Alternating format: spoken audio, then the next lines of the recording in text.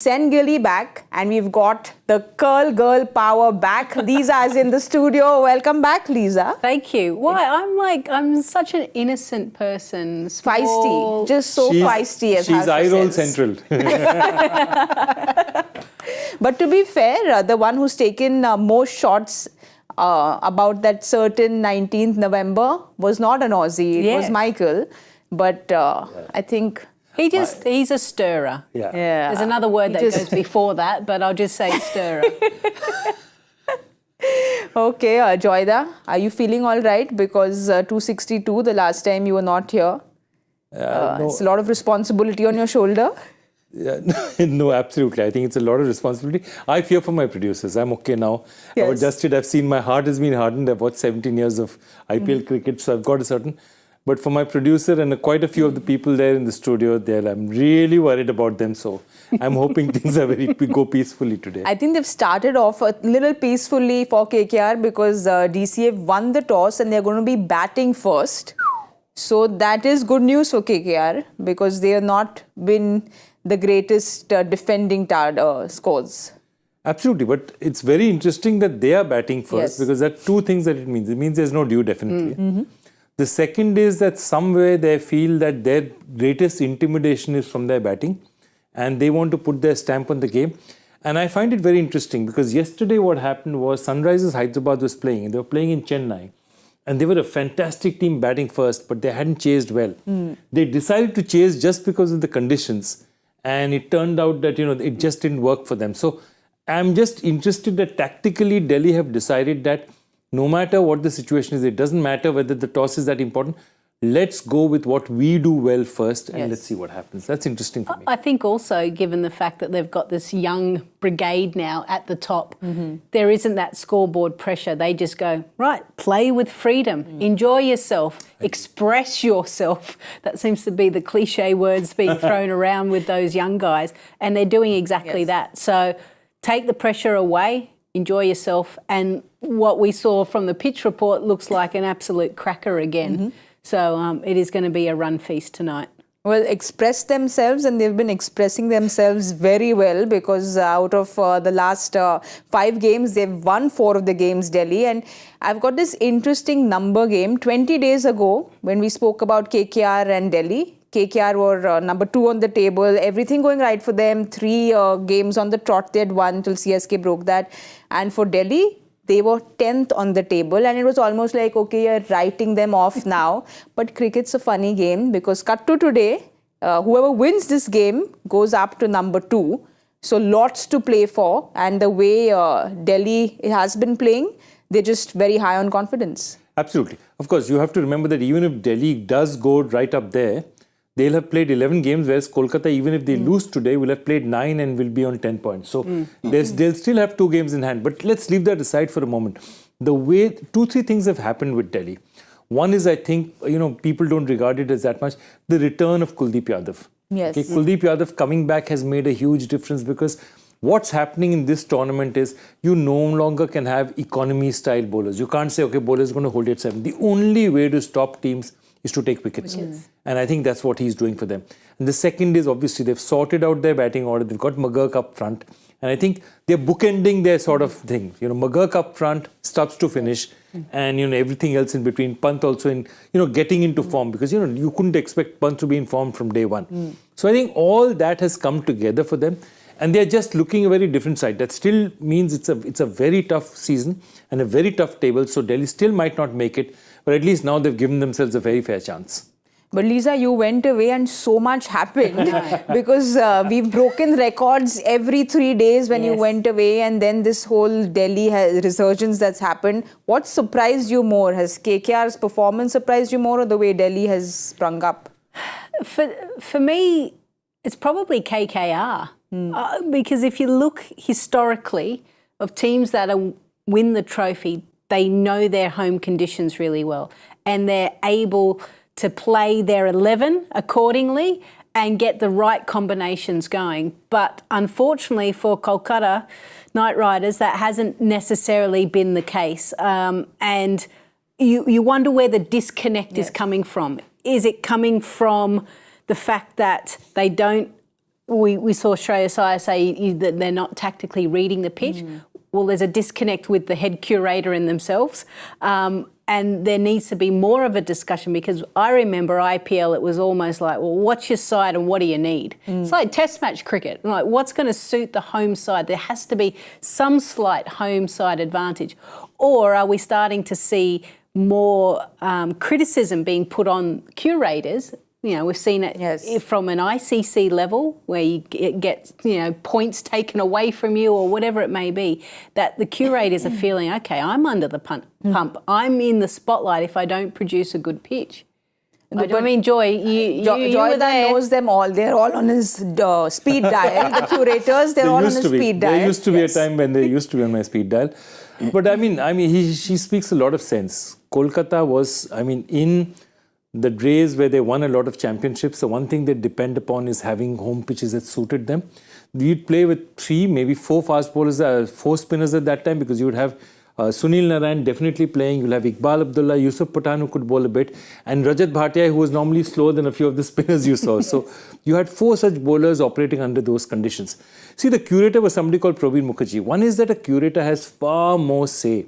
Nobody can turn around and say, unless a pitch is impossible to play on, nobody's going to tell you anything. It could be a 170 pitch. If the pitch is a bit sticky or tacky, it happens. That's life.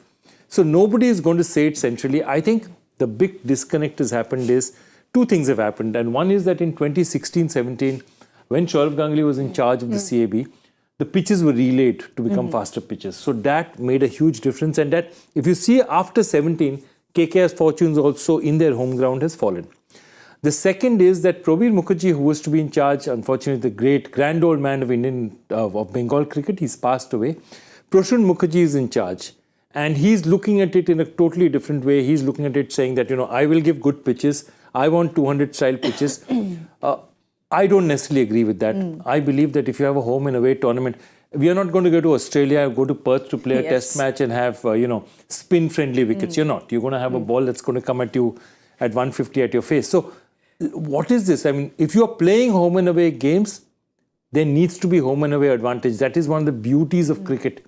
The pitches being different is one of the reasons why cricket is such a unique game. And that percentage really, this season, remember, there's 60%, but you've also got to realize that 2 of the games that they want to get that 60% were last ball wins. Yes. But Lisa, surprisingly, I remember at the start of the tournament, Joyda, we were sitting here because, of course, KKR games, we have him in the house. He said that with GG back, they will make sure that the conditions support the team. Because Nitish Rana had also spoken about it last year. He said that everyone has home advantages except KKR. But I thought that will change this year with Gautam Gambhir, and clearly it hasn't. No, it hasn't, which isn't ideal. And you're starting to hear the gripes coming through from the playing group and the senior management, and it won't change this year. So whether KKR moving forward start to go, okay, we just need to think what he's going to do and make sure we pick a squad that's going to be good enough, or an 11 that's going to be good. But doesn't that affect your auction also? Yeah. It affects everything. It just kind of is. Yeah, you can't second guess your curator. It's just unfair and unfortunate. And that's whatever it is, home associations and IPL teams have to work hand in hand. Today I was hearing of an incident. I don't know exactly what happened. Bharat Arun was taking one of the KKR bowlers to practice in a pitch, and Delhi was supposed to practice, and the curator stopped them. And it's normally courtesy that, if somebody's coming 2 hours later, if somebody wants to have a little bit of a bowl, it's not a problem. There is, pitches can be booked in people's names, but, this much give and take happens with all IPL teams. So I think they're playing it too strictly by the book. Sometimes it happens, and I think they're reading the letter of the law rather than the spirit of the law. And I think if this tournament has to work well, it has to be a tournament where home sides have some advantage, where coming to a team's den and beating them has some sort of value.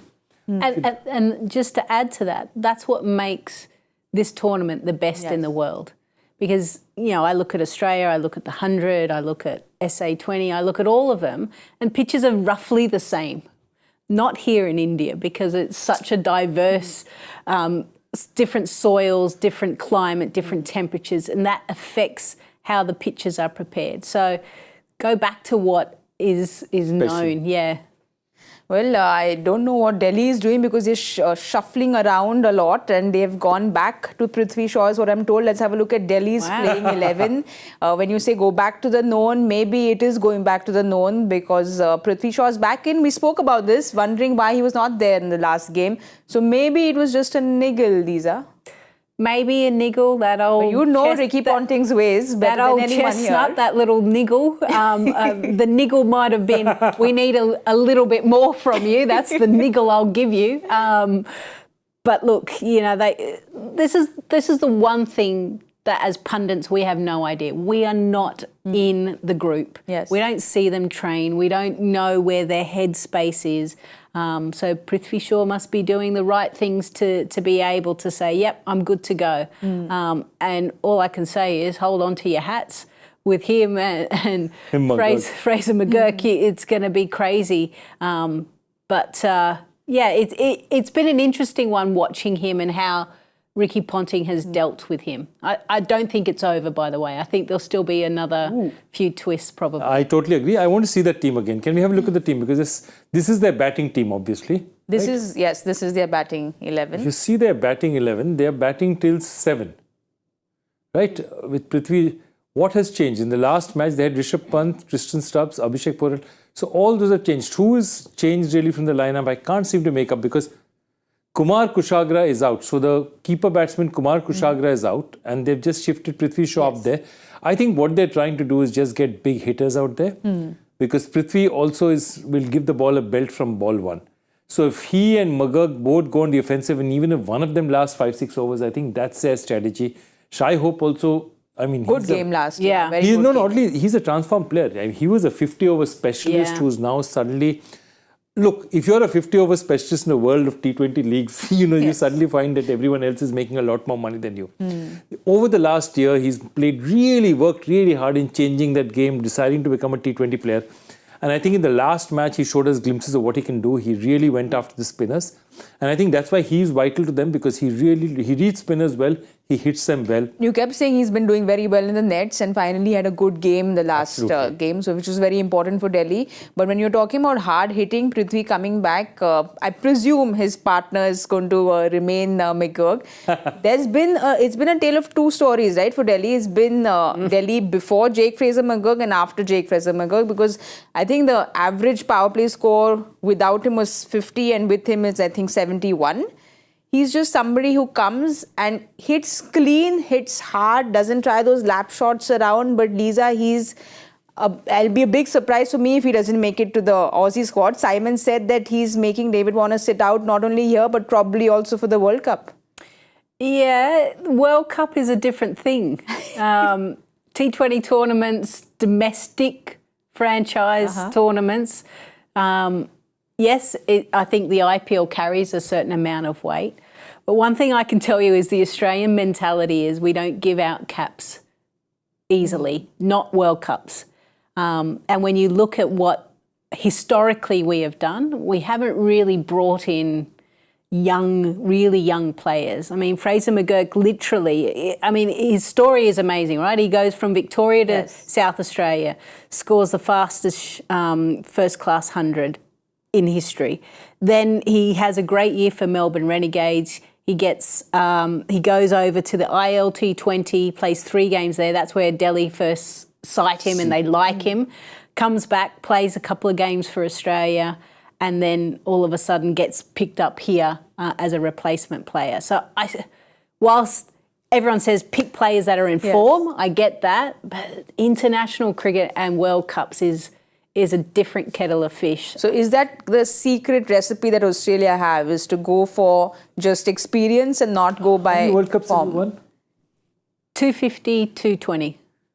I think she knows a little bit about how she knows the I think she might know a little bit about Joyda, it. we're just trying to understand the secrets here. Maybe find a break. Maybe just find a way to get those answers in and strategies out. But one thing I will tell you, having that great mix of youth and experienced players for your World Cup squad is really important. So you need players that are like, it's Christmas time again. You know, they're running around and they're so excited about it. That inspires the older players, but also you need some calm heads out there.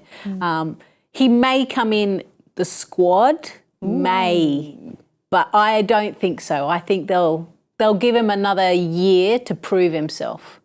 Well, clearly they don't go by emotion in Australia. It's pretty evident they will go with experience. But talking about experience, what are the experienced KKR bowlers going to do to stop him? Because he just comes there and hits hard, Joyda. Yeah, but I mean, KKR bowlers, I think what they've got to look at, I mean, just see their power play game, 71 once he's come in. And though they've lost wickets, they've just still gone on at that pace. And I think the important thing out there is you have to, though, take wickets. So the thing about it is, in this format now, it's increasingly become try and bowl deliveries that get you wickets. There's no point trying. And again, he's also not been tried. So his stance, if you see, when he stands out there, he's just open, he's holding up, and he's just waiting for the ball to pitch, relying on his eye and timing to go through. Okay? Great hand-eye coordination. Fantastic. Now the point is, nobody's even given him a short ball and altered his length for him. And I think that's the one thing, like last year, the impact player rule was there, and I thought it was fantastic. This year wasn't used well last year, and you may agree or disagree with it, but the point was it wasn't used well last year. It's used well this year. Yeah. The short ball hasn't been well. Short ball hasn't been used well this year. Perhaps by next year they figured out they've got 2 bounces in their arsenal, because your bowler, your Lizard Williams, you're bowling at 147. Put it in his, give it in his ribcage and find out what he thinks about it. That's what you need to do. I wonder if there's been more bounces bowled this year than last year. Yeah, it's something worth looking at. I don't think. Because I think they're scared of over-bouncing as well. They're not sure of the amount of bounce on the pitch. But they've not threatened the batter. The batter's never looked as if he's scared. Everyone was very excited with it, but it doesn't look like it's been used optimally, really. Oh, we talked it up, didn't we? Oh, tactically, you've got the second one. You don't need to show your hand too early. Players that have been hiding in T20 cricket, now they're going to get exposed. None of it happened. Just 200 plus scores. That's what happened. We'll have a look at KKR's playing 11 and see what changes they've got in. Okay, so Vaibhav Arora is in, and because Lisa is back in the studio, her Aussie friend is back in the playing 11, and Starc is in that playing 11. I think it's important for him to play. I mean, everyone's looking at him, right?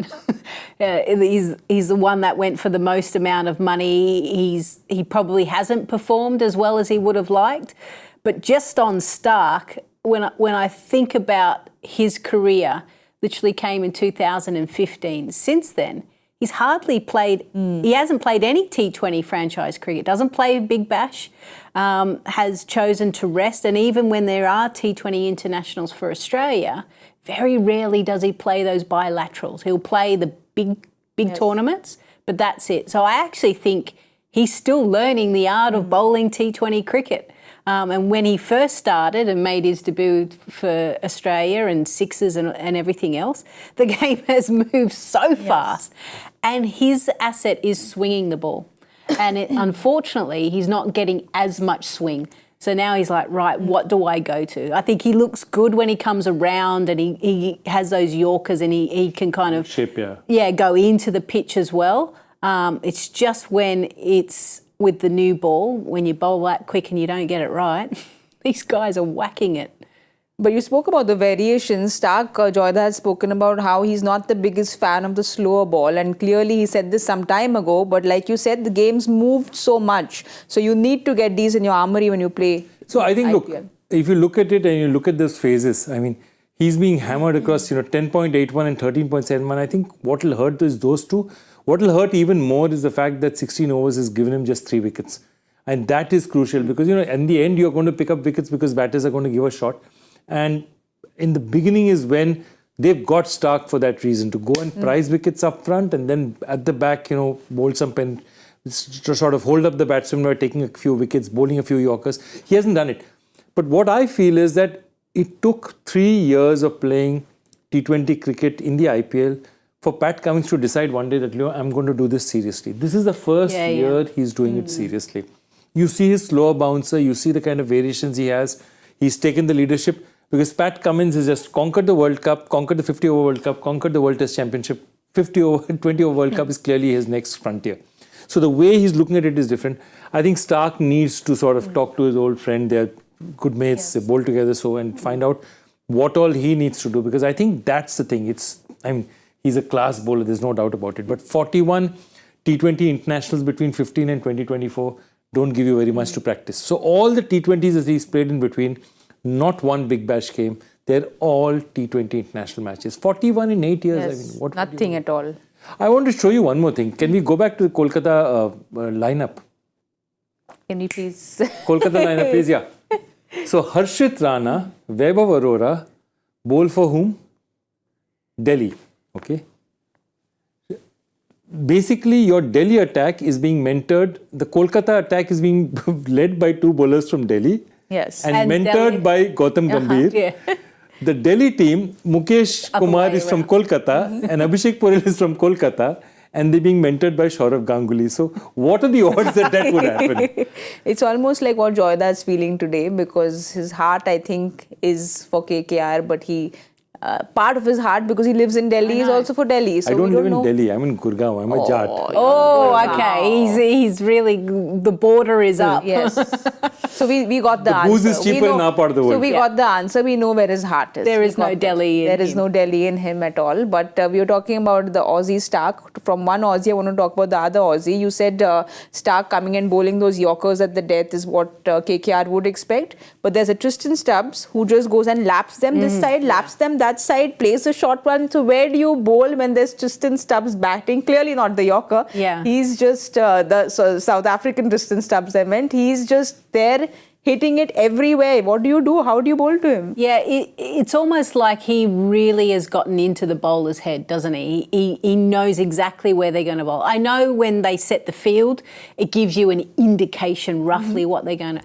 It's going to be a brave bowler to execute. I saw that Ravi put out a tweet basically telling the bowlers to stop whinging and just learn to execute a little bit better. I mean, okay, Ravi, no worries. Ravi doesn't have to bowl now. I wish I could just do that. But it's going to be really specific training for lines and lengths and Yorkers, and just focusing on that and forgetting whatever the batter is doing. Yes. The hot shoe shuffle there in the crease and moving around, which is what Tristan Stubb does, and find your spot and pick it. I also think you probably need to challenge him upstairs as well early. But we'll see. I mean, he tried the Yorker, if you remember, Yes. the last over from Luke Wood. First outside off, laps it yes. outside off. Second outside off, still laps it again. Then he goes And then Simon, the bowler, said, oh no, now it's going to be two pulled laps, into the two stumps. leg, Yes. 2 laps to leg, one lap reverse that cut way. there. And then the last was a Yorker on middle stump and he hits it for 6. Crazy. I mean, hits it for a boundary over. It's just unbelievable. And then the short one, because what else does the bowler do? Yeah, and then the he next gets it. next two short ones go over mid wicket. But So with that then, because the batters now are going left and right and doing whatever they want, which isn't fair. I agree. So what was it? Dooley kind of said, take out the leg side LBW. LBW rule, yeah, if it pitches outside leg, like I totally keep agree. that in. So I think we'll see the game develop a little bit more to try and even the competition between bat and ball. And it may be changing some of the laws to allow the bowlers to come back into play. Yeah, and I think two things. One is you've got to change it for the LBW rule. Yeah. You've got to change it for the wide rule as well. Yeah. Because if he's changed his grip and is outside off stump, you can't say it's outside leg and not give it to him. I mean, that's not fair. But you know, Tristan Stubbs is doing all these things of shuffling around, hitting it here, hitting it there. But besides this, he is a solid player who's gone and got a triple First class century. triple, exactly. First He's class played triple for century. 8 hours, so he knows how to shift gears so well. Yeah, and there's something to that as well. I think, we see these young players coming in. You look at Jake Fraser-McGurk, but we go, hang on, he's actually done really well at Sheffield Shield. So first-class cricket back home in Australia. So the art of learning how to bat and when to shift and to know where your stumps are and how to defend and how to read the opposition comes from the longest format of the game. Which people don't give enough credit to, unfortunately. No, they don't, because we like all the bells and whistles that this format brings. But I still think the developing ground is first-class cricket. No, absolutely. It's the iceberg. Yes. That 90% below. But see, there's one more thing. You know, people talk about people just being hitters. You can't just be a hitter. So what is, if you see, you know, Western music, the most sophisticated form of Western music in many ways is jazz. Because it's, you know, it's asynchronous, you know. Now, jazz sounds often out of tune because it's very distinct. But the point of it is you cannot play jazz unless you know your basic chords perfectly. Yes. So exactly that. You know, you cannot play like Kristen Stubbs unless you know how the basics of cricket are absolutely correct. So they know their basics and they innovate on top of it.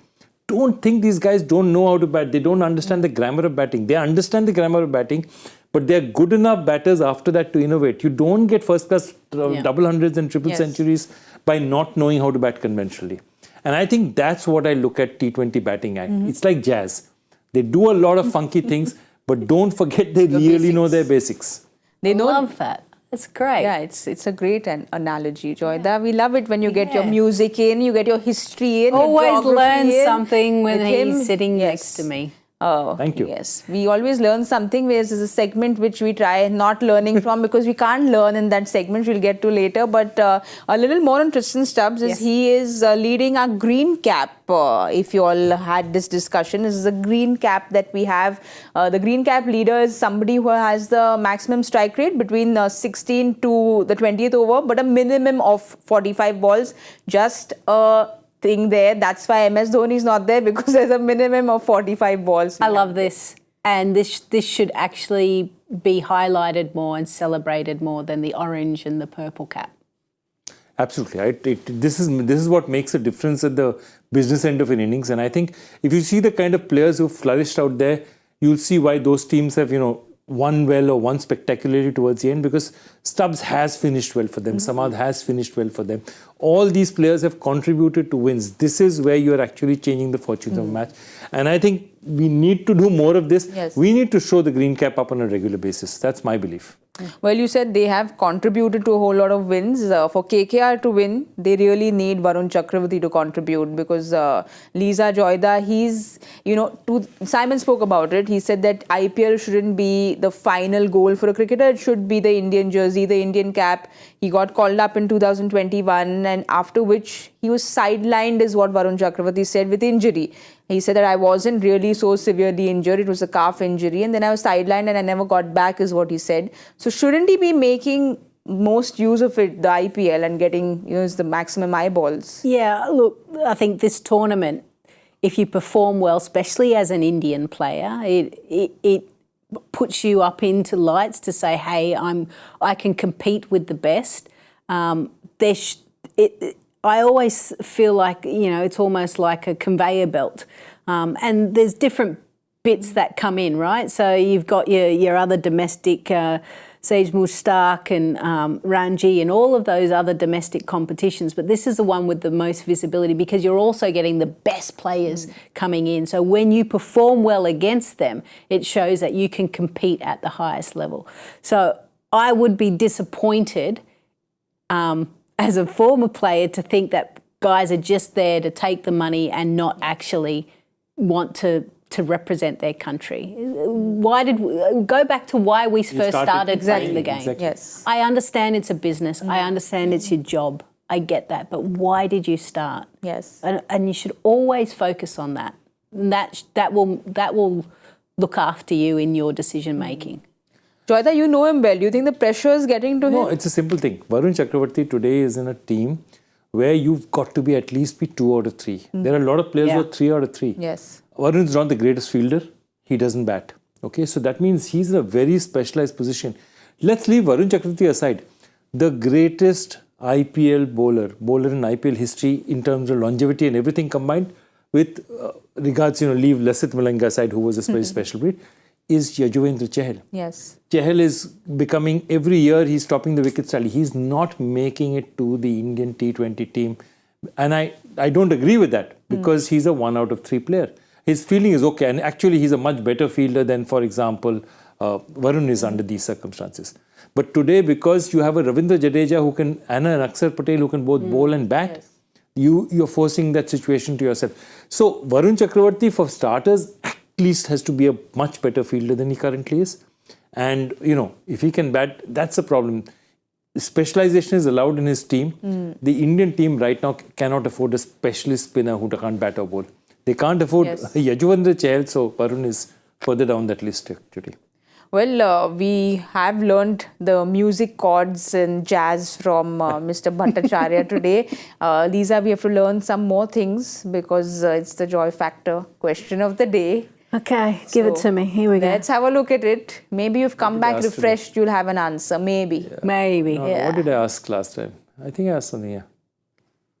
Okay. He scored 78, which is one of the highest scores on international T20 debut. And then didn't play international cricket between 16 and 22. He has a T20 international century versus India fairly recently. Identify him. So I think what you've got to look for is that 16 to 22, who could be out for a period like that and why would they be out? So anyway, it's yeah. Any clue at all? Or did you just nap through that little bit? It's okay. Don't put pressure on her. Okay, I won't put pressure with the joy factor, but I will put pressure. Yeah, this is the more exciting part. She's come back, should be her first call. Yes, she's come back with an Excel sheet. So it should be her call for sure. I have realised that this is serious business and I actually need to focus. So I've done some homework. It is probably going to send me down the wrong path, but I am going to try. Look at GK not smiling. So, DC batting first, right? Yes. I want to see that Excel sheet. 233. Ooh, big. She's gone big. Gone big. Okay, Joy. Go big or go home, I say. 219. Ooh, 233, 219. Lisa says go big or go home. I'm not going home, so I will go with 243. Wow! Ooh, I like it. 243. I've given that space the bar to is everyone. Going up. The bar is going up because we saw what's been happening in the pitch at Eden Gardens, which is why the bar is going up as well. We'll wait and watch, but don't forget to join us at the 10 over point where we will be giving you all the updates. So we'll see you all there soon. Jaipur via Kota कृपया ध्यान आपको अहमदाबाद दिल्ली में आपका स्वागत Lucknow junction ನಿಲ್ದಾಣದ ಕಡೆಗೆ ಹೊರಟಿರುವರೆ Hyderabad 50 Express পরবর্তী station Netaji ভবন। कृपया ध्यान दें